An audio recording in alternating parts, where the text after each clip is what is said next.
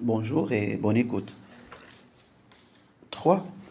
Convention réglementée. Chacune des personnes indiquées à l'alinéa 1 évitement du conflit d'intérêts doit informer le président directeur général. Les dirigeants de la société anonyme doivent veiller à éviter tout conflit convention entre leurs intérêts personnels du même alinéa et ceux de la société qui l'on prend connaissance. Les termes des opérations le PDG, le directeur général de la société ou l'administrateur délégué doivent informer le ou les commissaires. Ils doivent déclarer par écrit toute convention d'intérêt direct ou indirect à l'approbation de l'Assemblée générale ou opération conclue. Le commissaire établit un rapport spécial sur ces opérations, au vu duquel l'Assemblée générale délibère.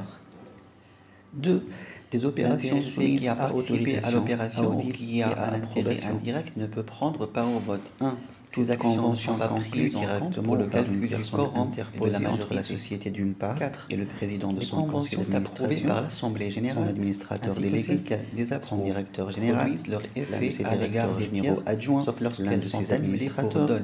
L'un des actionnaires personnes préjudiciables à la société de ces conventions sont mises à la charge de l'intéressé lorsqu'elles ne sont pas autorisées par la contrôlant au sens de l'article 461 par l'Assemblée générale. D'autre part, et pour les opérations d'autorisation préalable du conseil d'administration et désapprouvées par l'Assemblée générale, ces dispositions s'appliquent également à la charge de l'intéressé. Les administrateurs ci-dessus sont indirectement intéressés. Ils n'en sont pas responsables. Convention réglementée entre des sociétés ayant des dirigeants communs. Les obligations et engagements pris par la société elle-même ou par une société convention conclue entre la société et une autre société lorsque le président directeur général, au profit de son PDG, DG, administrateur délégué, l'un de ses directeurs généraux adjoints ou l'un des administrateurs associés, concernant les solidairement rémunération de société, les indemnités ou avantages général, administrateur attribués d'une façon générale sont dus dirigeants de société auxquels il pourrait avoir droit au titre de la cessation. L'intéressé ne peut pas prendre part au vote sur l'autorisation ou de la modification de leurs fonctions. 2. Sont soumises à l'autorisation préalable du conseil d'administration, à l'approbation de l'Assemblée générale des sous-paragraphes du commissaire aux comptes les opérations suivantes. Autorisation préalable du conseil d'administration ou d'un de leurs éléments, l'approbation de la location à un tiers, rapport spécial du commissaire aux comptes constitue l'activité principale de la responsabilité de l'intéressé, l'emprunt conseil d'administration conclu au profit de la société dont les statuts fixent le minimum. Les conventions immeubles, lorsque les statuts dispositions ci-dessus peuvent, le cas échéant, être annulés. La garantie des aides d'autrui, un préjudice, à moins que les statuts ne prévoient une dispense de l'autorisation. Le groupe de société, l'approbation de société de l'audit dans la finalité juridique déterminée, mais liés directement par des intérêts communs, ne s'applique pas d'établissement de crédit de la société mère, tient les autres sous son pouvoir de droit ou de fait et y exerce son contrôle, assurant ainsi une unité de décision.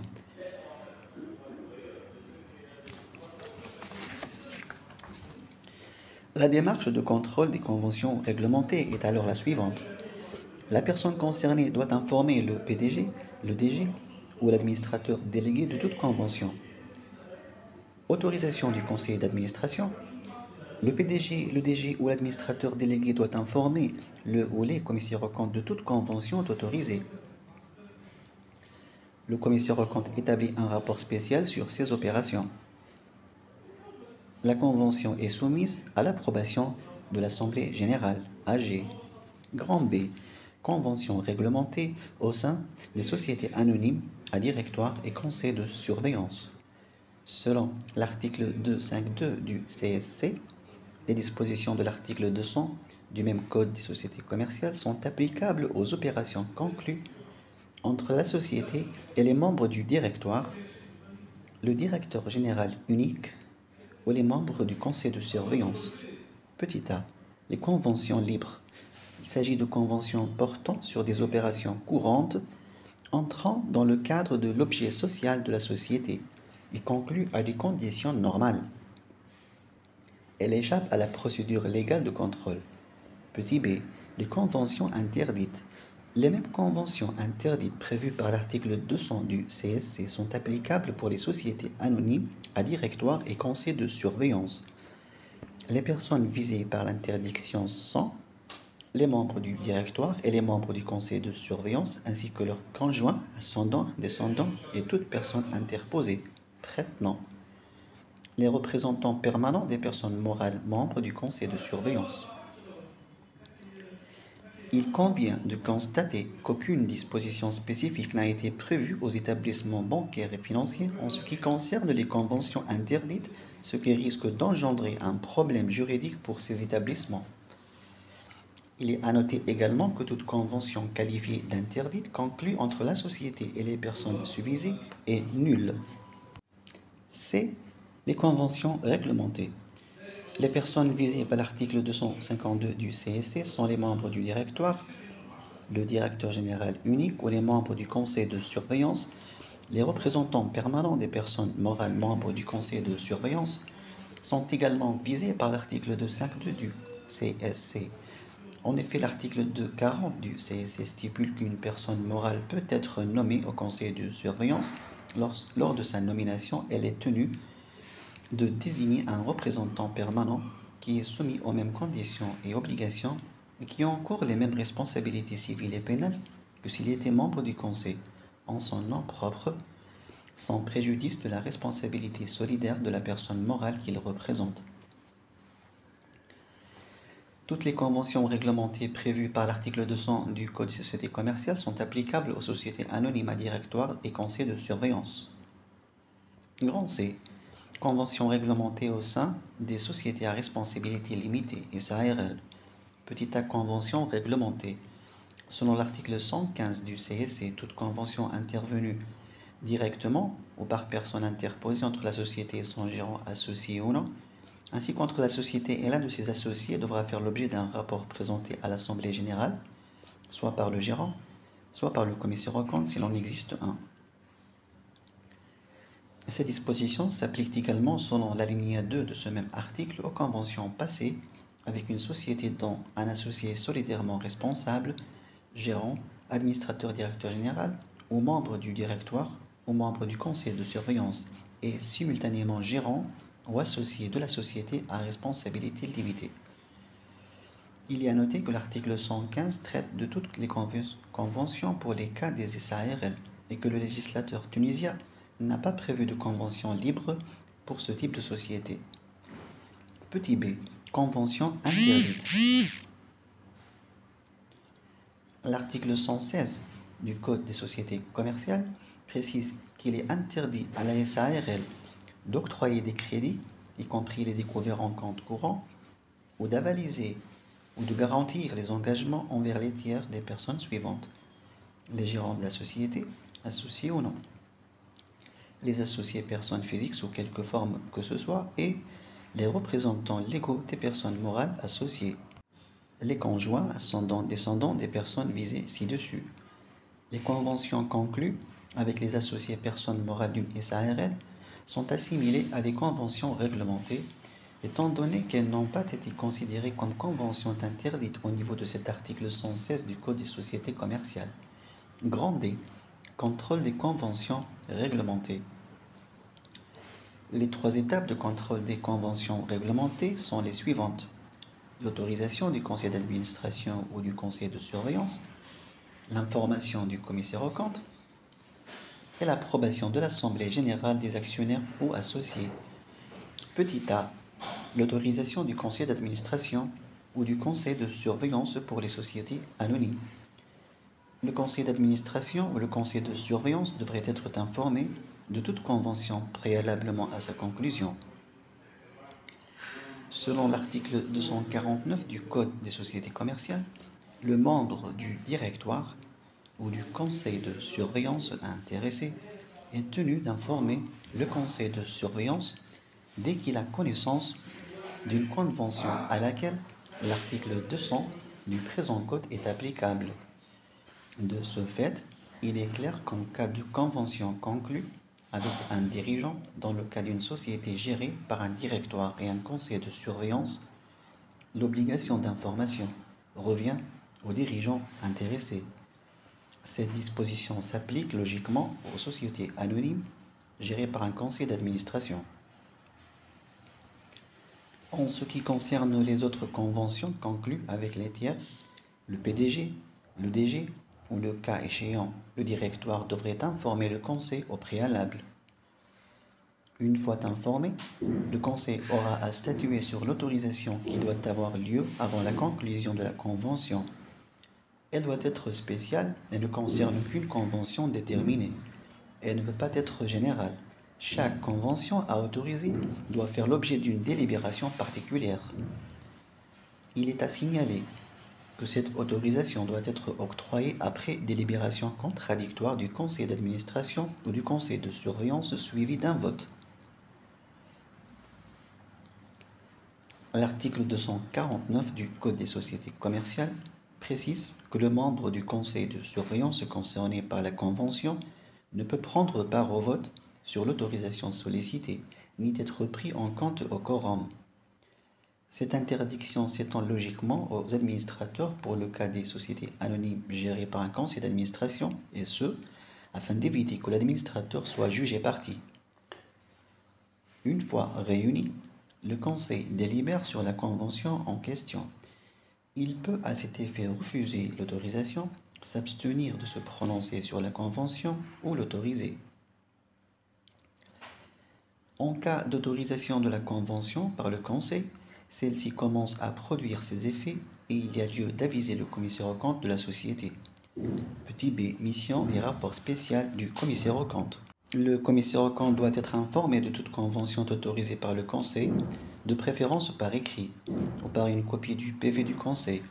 L'obligation d'aviser le commissaire aux comptes incombe selon la doctrine, étant donné que l'article 200 est muet sur ce point, au président du conseil, est également aux dirigeants concernés ou à tout membre du conseil si le président ne l'a pas fait.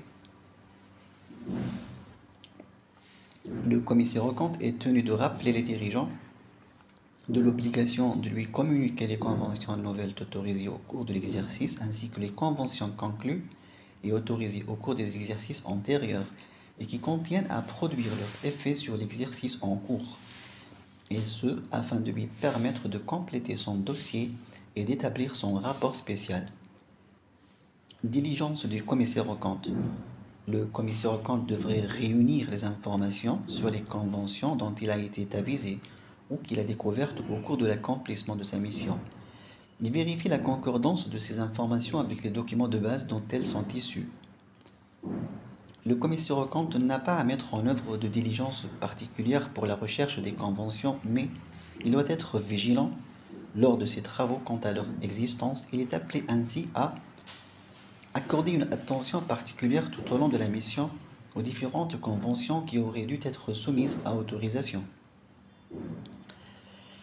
Lors de la prise de connaissance de l'entreprise, collecter des informations utiles portant sur les dirigeants, date de nomination, date de fin de mandat, fonctions exercées dans d'autres entités, et sur les associés dans les SARL en examinant éventuellement les PV du conseil d'administration, conventions nouvelles, les rapports spéciaux des exercices précédents, conventions antérieures. Lors des tests de procédure et des contrôles des comptes, examiner les opérations effectuées avec les personnes visées par la réglementation, ainsi que les opérations non courantes ou conclues à des conditions anormales. Obtenir les informations à donner dans son rapport spécial. Ces informations portent sur la liste des conventions soumises à l'approbation de l'Assemblée générale et les noms des dirigeants ou associés intéressés. La nature, l'objet et les modalités essentielles de ces conventions, prix, tarifs appliqués, délai de paiement accordé et toute autre information permettant aux actionnaires ou associés d'apprécier la nature et de déterminer le sort des conventions à analyser. L'importance des produits livrés ou des prestations de services fournis, ainsi que le montant des sommes versées ou reçues au cours de l'exercice en exécution des conventions nouvelles ou autorisées au cours des exercices antérieurs. Vérifier les informations obtenues ou collectées par rapport aux conventions dont il a été informé ou qu'il a découvertes, et ce, afin de s'assurer la concordance de ces informations par rapport à leurs conventions respectives, et de déterminer celles n'ayant pas fait l'objet d'autorisation préalable. Il pourra ainsi examiner le texte de la convention, le PV du conseil autorisant la convention, et toute pièce comptable permettant le suivi et la qualification de l'impact de la convention examinée. Le commissaire aux comptes est tenu de rappeler par une lettre les dirigeants de l'obligation de lui communiquer les conventions nouvelles autorisées au cours de l'exercice ainsi que les conventions conclues et autorisées au cours des exercices antérieurs et qui continuent à produire leur effet sur l'exercice en cours. Il est à noter que le dossier du commissaire aux comptes doit comporter une documentation suffisante justifiant les diligences accomplies et le contenu de son rapport spécial. Rapport spécial du commissaire aux comptes. Le rapport spécial du commissaire aux comptes portant sur les conventions réglementées et autorisées est établi en application des dispositions de l'article 200 du Code des sociétés commerciales. Il s'agit d'un rapport distinct du rapport général. Il présente dans deux paragraphes distincts, respectivement, les nouvelles conventions produites au cours de l'exercice et les conventions conclues au cours des exercices antérieurs et dont l'exécution se poursuit au cours de l'exercice audité. Il ne doit en aucun cas contenir une opinion sur l'utilité, le bien fondé ou l'opportunité des conventions conclues. Ce rapport doit être intitulé, daté et signé par le commissaire aux comptes et déposé dans les mêmes délais prévus pour le rapport général. Plusieurs situations peuvent être traitées au niveau du rapport spécial du commissaire aux comptes. Lorsque le commissaire aux comptes n'a été avisé d'aucune convention réglementée conclue par la société et n'a découvert lors de ses travaux aucune convention, il présente un rapport négatif. Lorsque le commissaire aux comptes constate l'existence de conventions qu'il estime non réglementées, libres, mais qui ont fait l'objet d'autorisation par le Conseil, il est tenu de les mentionner dans son rapport spécial. Lorsque le commissaire aux comptes découvre lors de ses travaux des conventions préalablement autorisées pour lesquelles il n'a pas été avisé, il informe le Conseil et en fait état dans son rapport spécial sur les conventions réglementées. Par contre, si l'on était avisé, il les présente seulement au niveau de son rapport spécial. Lorsque le commissaire aux comptes découvre une convention réglementée non autorisée préalablement et que le Conseil compte la soumettre à l'Assemblée générale pour couvrir sa nullité, conformément aux dispositions de l'article 202 du Code des sociétés commerciales, il expose dans son rapport spécial les circonstances en raison desquelles la procédure d'autorisation n'a pas été suivie. Lorsque le commissaire aux comptes découvre des conventions réglementées non autorisées préalablement, oublie des dirigeants concernés d'informer le Conseil, autorisation jugée non nécessaire, autorisation irrégulière, autorisation impossible lorsque tous les administrateurs sont concernés, il doit informer le Conseil et vérifier que ce dernier compte la soumettre à l'Assemblée générale. Deux cas sont possibles. Le Conseil compte la soumettre à l'Assemblée générale pour couvrir sa nullité conformément aux dispositions de l'article 202 du Code des sociétés commerciales. Dans ce cas, le commissaire aux comptes établit, en application du même article, un rapport spécial dans lequel il expose les circonstances en raison desquelles la procédure d'autorisation n'a pas été suivie. Le Conseil ne compte pas la soumettre à l'Assemblée générale. Dans ce cas, le commissaire aux comptes fait état de cette convention en tant qu'irrégularité dans son rapport général. Lorsque le commissaire aux comptes découvre, lors de l'accomplissement de ses travaux, une convention interdite, il signale cette irrégularité dans son rapport général. Note d'orientation de l'Ordre des experts comptables de Tunisie, OECT, sur les diligences du commissaire aux comptes en matière de rémunération des dirigeants. Selon la note d'orientation de l'OECT sur les diligences du commissaire aux comptes en matière de rémunération des dirigeants, le commissaire aux comptes d'une société est invité à présenter à l'Assemblée générale des actionnaires un rapport spécial dont le contenu doit donner une description des obligations et engagements pris par la société elle-même ou par une société qu'elle contrôle au sens de l'article 461 du Code des sociétés commerciales au profit de ses dirigeants au cours de l'exercice de leurs fonctions et non pas uniquement lors de la cessation ou modification de leurs fonctions. La description doit porter sur toutes les catégories de rétribution. Les dirigeants concernés sont le PDG, le DG, l'administrateur délégué, le DGA et les administrateurs. Petit c, l'approbation de l'Assemblée générale. L'AGO ou extraordinaire pour le cas de la cession des fonds de commerce ou de l'un des éléments qui les composent et de la location-gérance des fonds de commerce doit statuer en dernier lieu sur les conventions réglementées et ce, après lecture du rapport spécial du commissaire aux comptes. Il s'agit toutefois d'un contrôle a posteriori puisque les conventions peuvent être exécutées après l'autorisation du Conseil. L'Assemblée générale doit délibérer sur chaque convention réglementée par le biais d'un vote séparé. Il est à noter que le dirigeant intéressé par une convention non autorisée, objet d'un vote de l'Assemblée générale, destiné à couvrir sa nullité, ne peut pas, par référence à l'article 202 du Code des sociétés commerciales, prendre part au vote, et ses actions ne sont pas prises en compte pour le calcul du quorum et de la majorité. L'incidence de l'intervention de l'Assemblée générale sur le sort des conventions autorisées diffère selon qu'il s'agit d'un cas de dol ou non, et selon que l'Assemblée approuve ou désapprouve la convention préalablement autorisée par le Conseil. Cas d'absence de dol. L'Assemblée approuve la convention.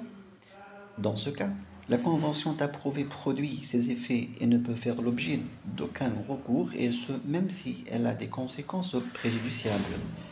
Toutefois, la responsabilité des personnes intéressées est engagée en cas de préjudice causé à la société. L'Assemblée désapprouve la convention. Bien que désapprouvée par l'Assemblée, la convention demeure exécutée et produit ses effets à l'égard des tiers. En l'absence de cas de dol, la désapprobation de l'Assemblée est sans incidence sur la validité de la Convention. Toutefois, l'article 202 met l'accent sur la responsabilité dans le cas de convention conclue au détriment de la société, en stipulant que tout avantage précisé à l'article 200 du présent Code, procuré par l'effet des conventions au président ou au directeur général adjoint, ainsi qu'à un ou plusieurs membres du conseil d'administration au détriment de la société, ne les exonère pas de la responsabilité. Cas de dol. L'Assemblée approuve la convention. Le dol est l'ensemble des agissements trompeurs ayant entraîné le consentement qu'une des parties n'aurait pas donné si elle n'avait pas été l'objet de ces manœuvres. Le dol suppose à la fois de la part de l'auteur des manœuvres une volonté de nuire et, pour la personne qui en a été l'objet, un résultat qui lui a été préjudiciable et qui justifie qu'elle obtienne l'annulation du contrat ou de la convention fondée sur le fait que son consentement a été vicié, selon l'article 200 du Code des sociétés commerciales. Les conventions approuvées par l'Assemblée générale ainsi que celles qu'elle désapprouve produisent leur effet à l'égard des tiers, sauf lorsqu'elles sont annulées pour dol. Les conséquences préjudiciables à la société de ces conventions sont mises à la charge de l'intéressé lorsqu'elles ne sont pas autorisées par le conseil d'administration et désapprouvées par l'Assemblée générale. Pour les opérations autorisées par le conseil d'administration et désapprouvées par l'Assemblée générale, la responsabilité est mise à la charge de l'intéressé et des administrateurs, à moins qu'ils n'établissent qu'ils n'en sont pas responsables. En cas d'approbation par l'Assemblée générale d'une convention autorisée, elle peut la faire annuler en cas de découverte d'un dol et demander, le cas échéant, une indemnité auprès du responsable de ce dol ou au conseil l'ayant autorisé. L'Assemblée désapprouve la convention. Si en cas de découverte d'un dol, l'Assemblée générale désapprouve la convention, elle peut la faire annuler et demander, le cas échéant, une indemnité auprès du responsable de ce dol ou au conseil l'ayant autorisé. En cas de non-consultation de l'Assemblée, la convention continue de produire ses effets, mais la responsabilité des personnes engagées n'est pas à écarter. Un tableau qui récapitule les hypothèses d'absence de dol pour une convention approuvée en cas de dol, absence de dol pour une convention non approuvée, et en cas de dol, convention non soumise à l'Assemblée générale, convention autorisée, convention non autorisée, à la page 63. Section 4. L'obligation d'alerte au titre des entreprises en difficulté.